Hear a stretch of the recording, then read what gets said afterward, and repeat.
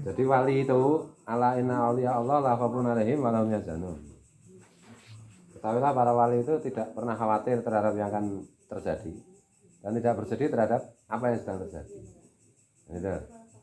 Dibalik, kalau orang itu tidak pernah khawatir dengan yang akan terjadi dan selalu tidak bersedih dengan apa yang sedang terjadi, bahagia itulah wali.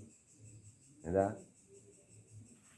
Kalau penghayalan seperti ini itu sudah kita kuasai, kemudian kita pancarkan kepada semua makhluk, itulah wali kutub.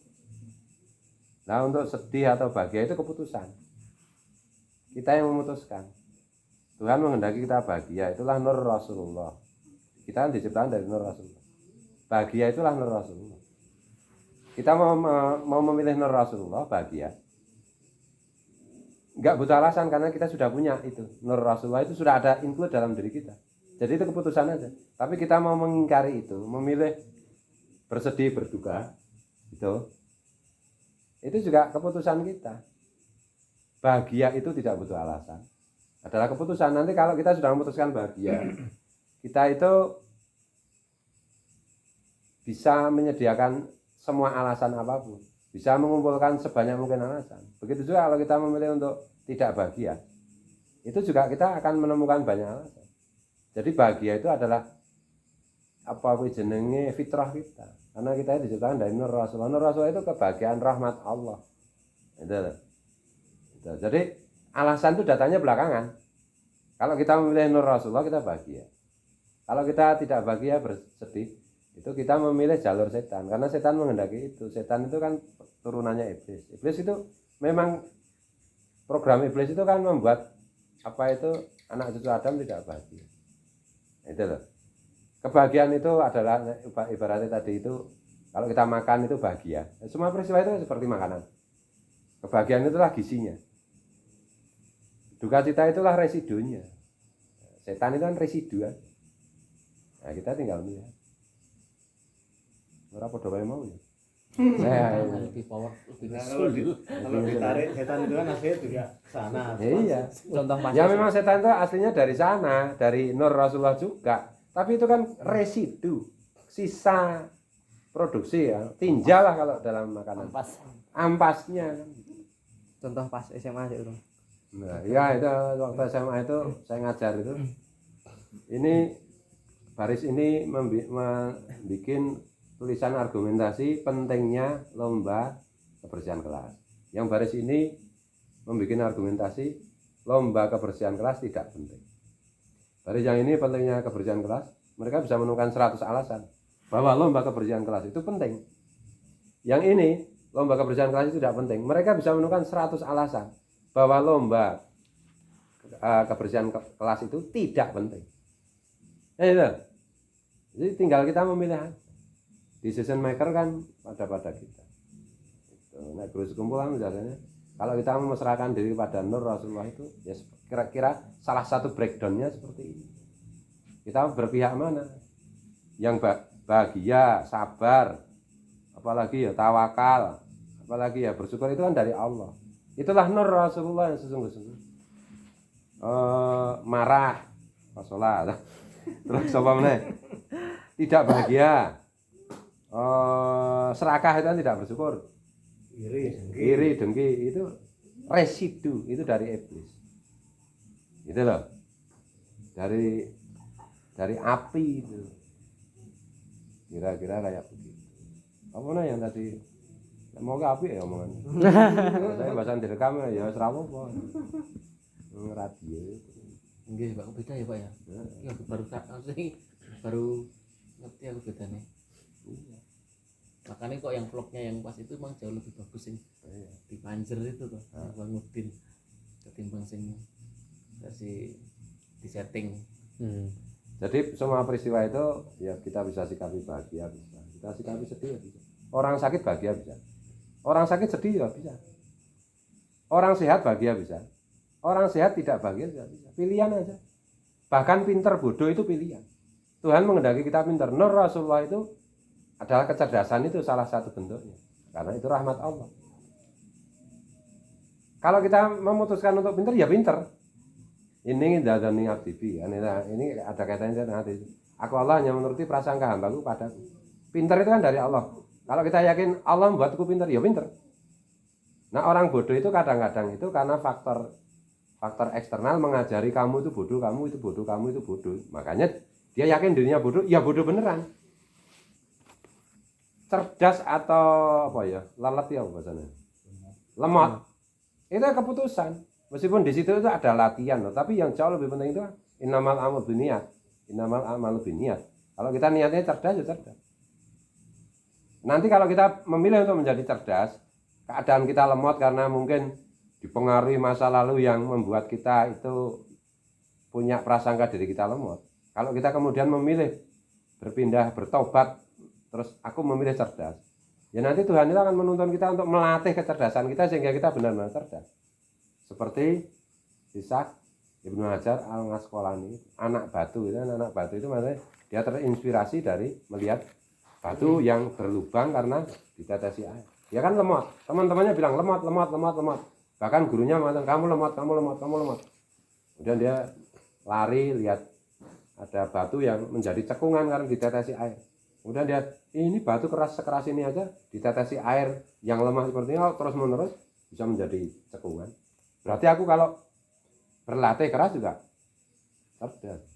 Dan sejarah mengatakan Ibnu Hajar Al-Ngasqalani itu hari ini adalah ulama terbesar pada zamannya, melebihi teman-temannya, bahkan melebihi gurunya.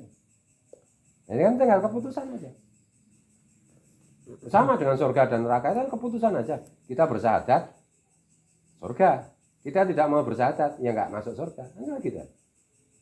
Yang kadang-kadang itu kita memahami Islam itu syahadat macam-macam itu ya cuma sekedar sekedar artifisial. Kalau kita bersyahadat benar, kita berpihak kepada Rasulullah, dan itu berpihak kepada Allah melalui Rasulullah, kayak syahadat dua syahadat itu berarti berpihak kepada asal usul kita yaitu Nur Rasulullah, maka seharusnya kita itu bahagia. Nah, dalam Al-Quran itu semua orang beriman itu adalah wali, maksudnya seharusnya orang yang ngaku beriman itu wali. Wali itu apa? La khaufun alaihim, tidak pernah khawatir terhadap apa yang akan terjadi. Gitu. Walahum yahzanun, dan tidak bersedih dengan apa yang sedang dialami. Gitu loh. Karena tahu itu semua dari Allah dan pasti baik.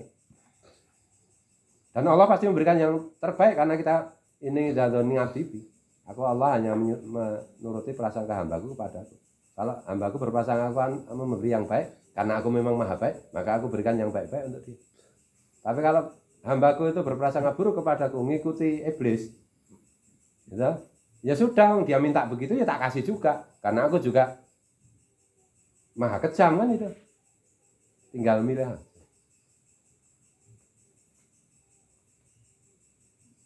Kira-kira Sesimpel itu. Ya tentu breakdownnya banyak toh. Breakdownnya. Makanya saya selalu bilang apapun yang kita mau itu dimulai dari niat, innamal a'malu binniyat. Kalau kita cocokkan dengan proses penciptaan, Tuhan itu menciptakan ruh dulu, dunia batin dulu, baru dunia zahir itu membreakdown. Makanya saya bilang sama Pak Mas Wan itu, nah ini pas enggak ada. Kamu pengen jadi pengusaha properti, dekat-dekati orang yang kamu anggap sukses dalam bisnis properti. Enggak usah tanya tentang bisnis properti, niat aja kamu itu bisa seperti dia. Udah nanti kamu itu breakdownnya gampang secara teknis. Wong kang soleh kumpulono kan kalau saya bilang. Orang soleh dekati lah, lama-lama kamu soleh. Karena mindset kita akan berubah, akan terpengaruh. Pengen kaya, ya kamu mintanya kaya dulu. Maka Tuhan itu akan menggiring semesta ini, memerintahkan semesta itu untuk membantumu kaya. Nah, orang kaya kan suka sedekah. Ini lah, suka ngasih-ngasih itu kan kaya. Makanya sedekah itu bikin kaya, karena pada di samping itu secara syar'i itu pahala macam-macam ya. Sebenarnya kan menuntun kita untuk bermental kaya, berjiwa kaya, secara rohani kita kaya. Jasmaninya itu tinggal menyusul. Orang Jawa bilang sugih tanpa bondo dulu. Kita mentalnya kaya dulu, bondo nanti harta kan. Kira-kira kayak begitu. Loh, khusus solami yang penting jangan marah. Kata guru sekumpul, Jangan marah. Nah, itu tuh. Nah, marah itu ilmu yang paling sulit. Nah, makanya aku bikin 100 kali saya marah, yang 99 itu saya sesali. Yang 99 saya sesali, maksudnya marah saya itu salah, itu seharusnya saya tidak boleh marah itu. Cuma satu aja yang benar. Oh, pas yang satu itu. Harus marah. Apalagi sekarang loh, Islam diajari marah kan itu. Harus marah. Marah karena Allah loh, karena Allah apa karena setan? Oh, sedikit karena Allah. Allah dibawa-bawa. Marah karena agama loh, agama yang mana? Oh, gampang men. Itu. Kalau Rasulullah kan bilang, Nabi itu peramah, ramah, pemurah, tidak pemarah. Itu mental menang, mental pemenang Rasulullah. Inna fatahna laka fatahan mubina, bener kan itu tuh.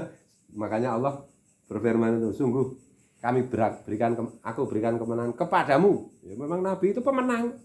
Nah, kita pengikutnya Nabi apa pengikutnya iblis? Kalau pengikutnya iblis yang pecundang. Nah, itu. Nabi itu pemenangnya enggak marah. Pemenangnya gendang-gendang. Makan yang banyak. Beratur. Contoh ini ya, pemenang itu enggak marah. Aku dengan apa Areta, apa Alha, apa Kinan, apa Sola. Nah, saya serata gede ya. Karo Kinan 3 tahun. Areta hampir 7 tahun. Alha hampir 10 tahun ya. Kan aku ngalah. Enggak marah karena apa? Jika aku menang, aku lebih besar, lebih tua, lebih kuat Kan itu. Nah, pecundang itu marah, protes. Kan itu. Contohnya kurang tepat. Sedikit pas. Sedikit pas. Ya. Usah sulit-sulit. Malah ya kalau bapak mau ya udah nggak apa-apa. Mama nggak usah. Wah.